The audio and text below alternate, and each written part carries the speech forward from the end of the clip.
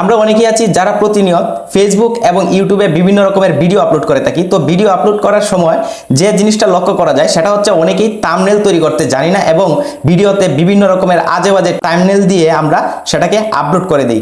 তো এতে করে দেখা যায় যে আমরা যে ভিডিওটা আপলোড করি সেটার প্রফেশনাল লুকটাই চলে যায়। তো আজকে আমি এরকম একটি ট্রিক শিখিয়ে দেব যেটির মাধ্যমে আপনি সহজেই যে কোনো থাম্বনেল বানিয়ে ফেলতে পারবেন এবং প্রফেশনাল লুক দিতে পারবেন। তো চলুন ভিডিওতে চলে যাই। প্রথমে আপনি চলে যাবেন আপনার প্লে স্টোরে আসার পর আপনি এখানে সার্চ করবেন পিক্সটার থাম্বনেল মেকার লিখার পর এরকম একটি অ্যাপস চলে আসবে। তো এই অ্যাপসটাকে আপনি ইনস্টল করে নেবেন, তারপর ওপেন করবেন। ওপেন করার পর এখানে দেখতে পাবেন যে অসংখ্য থাম্বনেলের ফরম্যাট রয়েছে। তো যে কোনো একটি থাম্বনেলকে আপনি ওপেন করে নেবেন। ওপেন করার পর আপনি আপনার ক্যাটাগরি অনুযায়ী থাম্বনেল বানাবেন। তো তার জন্য শুরুতেই আপনি ছবিটাকে চেঞ্জ করে নেবেন। ছবিটা চেঞ্জ করার জন্য রিপ্লেস অপশনে ক্লিক করবেন, তারপর রিপ্লেস ইমেজ অপশনে ক্লিক করে আপনি গ্যালারি থেকে যে ছবিটাকে এখানে লাগাতে চান সেটাকে আপনি এখানে ইউজ করবেন। তারপর সাইজ অপশনে ক্লিক করে ছবিটাকে সাইজ মতো বসিয়ে দিবেন। ভিডিওর টাইটেল লেখার জন্য নিচে টাইপ অপশন দেখতে পাবেন, ওইখানে ক্লিক করে আপনি এই লেখাগুলোকে চেঞ্জ করে আপনি আপনার ক্যাটাগরি অনুযায়ী টাইটেল দিয়ে দিবেন। চাইলে এখানে বিভিন্ন রকমের আইকন, পিএনজি এসব ইউজ করতে পারেন। অ্যাপের নিচে আরও অন্যান্য সেটিংস রয়েছে, এগুলো ইউজ করে থাম্বনেলটাকে আরও সুন্দর করে নিতে পারেন।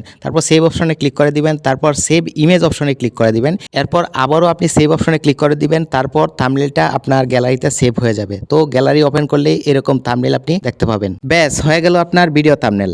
ধন্যবাদ।